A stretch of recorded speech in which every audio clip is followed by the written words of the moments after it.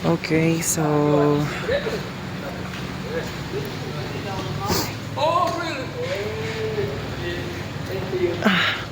nasa departure area na ako dahil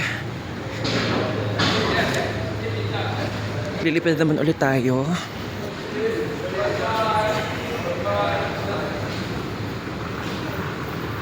Okay, tapos na ako sa immigration. Napakabilis. Pati sa pagkuha ng boarding pass, napakabilis dito sa Indonesia. Tapos sa immigration, sobrang bilis lang din tatakan. Wala nang kuskus balungos. Ang ganda ng lalakaran mo papunta sa gate. Ang ganda ng gate ng Indonesia. Diba? Ganda, tsaka ang laki.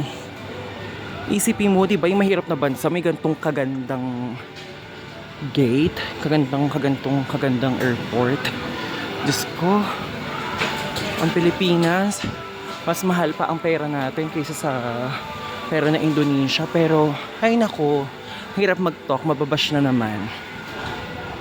Diba? Ang linis, ang ganda, ang bango. Yun lang masasabi ko. Medyo nasa kalahati na ako kasi galing ako ng gate 2. Gate 6 kasi ako, so ngayon pa lang, ayan. Pag gate 6 pa lang ako. Ito kasi gate ko.